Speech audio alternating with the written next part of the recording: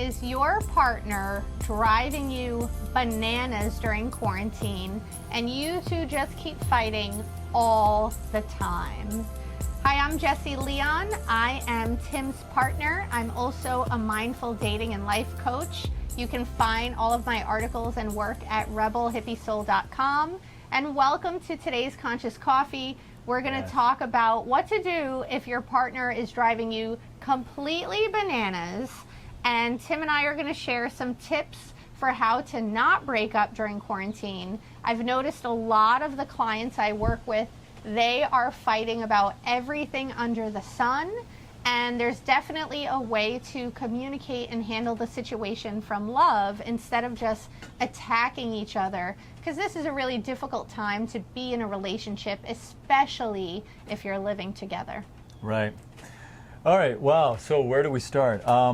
I guess really, as I open up to the idea of how to work through stuff in a couple, I mean, it really comes down to what are your tools as a couple. Mm-hmm. And if you don't have a game plan on how you deal with things coming up, that's going to become the problem in quarantine. Is what happens is, you know, if you're going off and then you're reacting and saying some stuff that you really wish you hadn't said, and then they're holding on to that and they're responding, that's not going to be, you're not going to get anywhere with that. And with the intensity of the concentration of us all being so stuck together, it's just further, you know, it's like a time bomb. So what we do is when we feel a disturbance in the force, you know, you feel like when Tim's driving me bananas or I'm driving Tim bananas. And really what that is like you have something that's looping you that pisses you off a little bit about your partner. Like,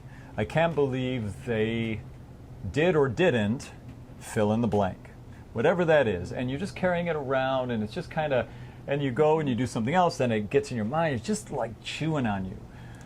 What you have to do in those moments, we practice sharing micro truths. This is uncomfortable work. Oh, it's uncomfortable. But you have to do it. You can't carry that around, because if you carry that around, it's gonna get in the way of your intimacy. It's gonna get in the way of your joyfulness as a couple. So as soon as things come up, you have to deal with them. And what we do is we say, hey, I've got something to look at. Usually one of us gets upset. We're like, wait, what do you mean I have something to look at? The other person always will feel a little self-conscious when one person brings up, hey, we have something to look at. That's normal. That's totally normal. But get in the routine of doing the best you can. We're not always perfect at it either. Sometimes when something's bothering you, it's right there. And you do the best you can to step out of it and to not be identified with it and speak from a place of love about what is coming up in you. Use I words. I'm feeling like when this was said, or when we had this experience, when we traveled somewhere, like whatever it was, this came up in me. I was feeling like this. You don't say you did this, you. You never, it's got to be focused on how you feel and share that with your partner. That's one of the big keys. Another thing that I find really helpful and that helps me stay connected to Tim is I always ask myself, am I looking for a solution or am I looking to prolong the problem? Right. So a lot of the time when issues come up, it's usually something very small, like the dishes have been in the sink for a day and a half. It's usually not like a major relationship issue that needs discussing. During quarantine, it's like particularly trivial. And so, you know, if we've had a little bit of a issue come up, let's say, you know, 10, 15 minutes, the energy is a little funky, or 10 minutes in, we're talking about something, I like to ask myself, does this problem, like how long should this problem go on for? Does this problem merit such a long amount of time spent on it? Because so often we carry anger and frustration for way longer than whatever it is merits. And so depending on what's come up for you, really ask yourself, how big is this really? If your partner left his socks on the floor, or if he forgot to get, he forgot to order your favorite chocolate soy milk when he did an Amazon Fresh order, that's not worth 2 hours of passive aggressiveness. Right. You know, now if you do have a big issue come up, like your partner lied to you, or there's some real, then that merits 2 hours of passive aggressiveness. Well, no, but what that merits is that merits a deeper conversation, that merits more time and more energy. Yes, time your time and energy has to match the problem. You know, dishes in the sink, any more than 5 minutes of annoyance, you're going too long. So, now, you know, it's not that things aren't going to come up, it's how long you spend on those things. And it's okay too, like let's say you do catch yourself pissed off about the dishes longer than you mean to. Like, that's normal. Like, that's okay. There will be some times, like, don't doubly beat yourself up if you're pissed at your partner for the dishes longer than you think you should be. That's one of the things that can happen on your awakening journey too, is we beat ourselves up for how we react to things. And you have to release yourself from that. And something you were saying that I really like, and that I second that, is it's about time. I mean, so much of this is about time. It's about the spiritual awakening process saves time. That's what it does. It's like you could spend a whole day pissed off at your partner carrying around some bullshit, honestly, pardon my French, or you could get over it in 20 minutes or 5 minutes and have a whole fun day. It's like you don't want to let little things take away your joyful life experience. And it's all about your spiritual reaction time. And that's a part of the awakening process anyway for on the individual level. It's as you awaken, you learn more and more how to not carry around these looping negative stories about things that happened to you yesterday or days before or earlier today. You learn how to, oh, this is bothering me. This is on my mind. Universe, what do I have to learn from this? Thank you for the lesson from this. I release it. Let me focus on something else now. You learn these tools, so you need to continue to cultivate these tools in yourself on how you process things that bother you, learn from them, and move your focus.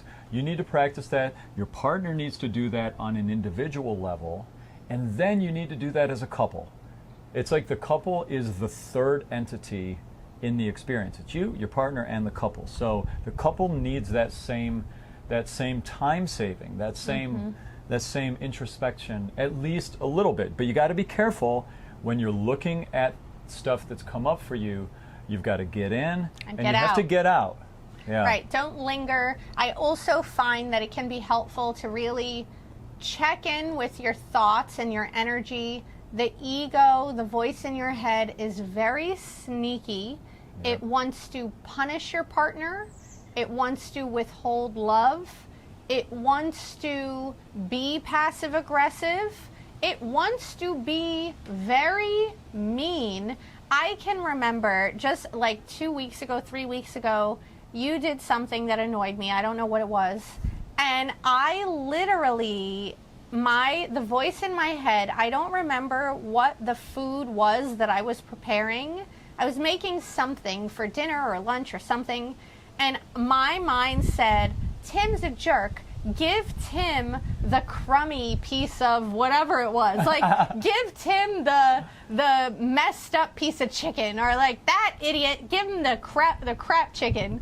And I caught it. I became present to the thought. Instead of believing it and being like, yeah, give him the crummy chicken, I snapped out of it. I became present, and I started cracking up. Like, these are the directions my mind is giving me. Like, Tim annoyed me, so give him a crummy piece of chicken. Like, therefore you don't deserve the chicken. Therefore you don't deserve the good chicken. And it's funny, but these are the kinds of things our mind comes up with. It's like, you didn't do something, I'm not going to cuddle with you, or I'm not going to answer your question, or I'm not going to open up to you, or I'm going to do something that's slightly mean and out of character. And when you follow those directions, and it's very easy to do so because they're usually little things, you are creating distance between you and your partner. You're listening to the voice of fear, and you've gone unconscious. So one of the things that helps me is whenever my ego gets in that snippy, snarky energy, I tell myself, Jesse, you've gone unconscious. Yeah. How do I know I've gone unconscious? Because I'm plotting against the person I love more than anything in the world. Like, I love him more than anything in the world. Why am I assessing the chicken size based on, so I've Right. gone unconscious. So if you can become present in the moment you've been triggered, when you Yep. do have the emotional reaction, look at your energy, hear what your thoughts are saying, and if they're being a little punishy, a little judgy, a little snippy, a little bitchy, you know you've gone unconscious. Yep. Then you've either got to meditate, you've got to go listen to a positive, inspiring video, you've got to read a spiritual book, you've got to do whatever you can to get yourself back in alignment, back in a place of love, back to a place where you feel peace and where you can communicate from peace. So you could Right. talk about whatever issues come up, but you're not being passive aggressive and mean and shitty about it. Right. Yeah. And I did give you the good piece of chicken that day. I did snap out of it. So isn't that funny though that when we're unconscious, when we're not awake, the voice in your head that was trying to give me the bad chicken, Yes. that's the only one, that's running the show. Yes. Behind the scenes. So when you're not awake, that's the best you can do. Yes. Isn't that amazing? So this awakening thing is like, it's no joke. Like, it's really, Yeah. it's your ability to completely rewrite everything you're about, everything you think, everything externally and internally. Like, that's awakening. Isn't that amazing? So Yeah, that's why we've dedicating so much to talking about Yeah, this. it's a real game changer. I've noticed that, Tim and I, we have such a wonderful relationship, and I attribute it to our mindfulness practice because I grew up seeing my parents fight about everything. I grew up, seeing people who, when they got angry, they shouted, they fought almost every day. This was a normal way of being. They didn't Right. kiss each other, they didn't love each other. And so when I became an adult in my 20s and I would get angry, I would yell. And it was like, that was my go-to reaction. I saw my parents yell, and so I would yell. And in this awakening process, what's so beautiful is I can consciously choose who I want to be and how I want to react. Right. So it's about, I want to be a loving partner. I want to be kind and open and giving and loving. And so I have to be very vigilant every day of my programming and the voice in my head, because I did not have a healthy model growing up. And my go-to model, my go-to response is going to be passive-aggressive bullshit. So it's only by witnessing the voice in my head and witnessing that bitchy energy in me that allows me to step out of it and allows me to say, oop, that's the energy in me that's going to sabotage my relationship and push Tim away. I better do whatever I can right now to get myself back into alignment, because if I'm in that energy for too long, my relationship is going to deteriorate, Right. and my relationship is important to me. And in that regard, you can use your relationship as an inspiration or as a motivation to stay in alignment. If you love your Yeah. partner and you want to make things work and you want to have a beautiful relationship, use that relationship. Say, I'm waking up, I'm meditating, not even because I love myself so much, but I love my partner, and I Yeah. don't want to be in this grumpy mood because I'm going to piss him off. You can use it for your own self-betterment, and that's a beautiful aspect of a spiritual partnership. Right. And it's okay to feel bad sometimes and not have to be in a perfect mood for your partner too. You're always in a, Yeah. he says this, but he's always peaceful and loving and That's not joyful true. and wonderful. That's not true. That's so, not true. yes, you are. No, I mean. Yes, you are. No, I'm not. Oh. No, I'm not. Damn it. Look at me. No, I'm kidding.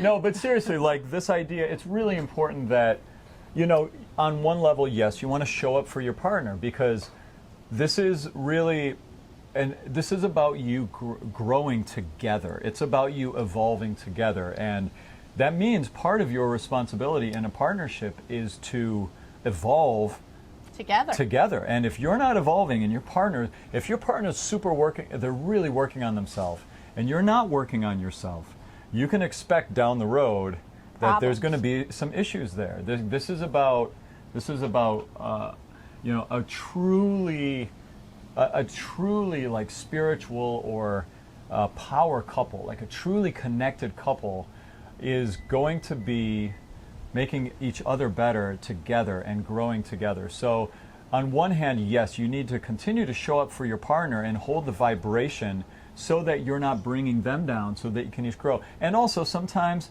it's okay to have a meltdown. It's okay to lose your stuff. It's okay to not react spiritually in time, in the timing that you would hope to a situation. And then as soon as you do wake up again, then you acknowledge it for your partner. You say, hey, guess what? I was asleep and now I'm awake. Right. And I'm sorry what I said. Then you take I'm sorry ownership. I didn't give you the good piece of chicken. Right. You take ownership, you apologize, and you atone for whatever egoic interaction you had. Right. And once you do that, your partner knows that you're back in alignment and you're back in a healed and loving place. Right. So make sure then that you do apologize, you do take responsibility for your actions, because your partner will appreciate that. Yes. And it'll show them that you care about them and you want to show up from love. Right. You're just having a bad day, or you got emotional, or you're PMSing, or whatever it is. Yeah. So, you know. Yeah. So those are just some tools for how to be together during quarantine without driving each other bananas. For more stuff on relationship problems, any love issues, you could check out my site, rebelhippiesoul.com. If you like the message that we're sharing, be sure to subscribe to this channel. Comment if you're in a current situation where you are living with someone, or you even have a partner you're not living with, but you've had some friction. What tools are you using to work through this particularly tense time? We'd love to hear from you. We appreciate you so much, and we're sending you lots of love, lots of joy. Hang in there. Hang in there. You can do it. Bye.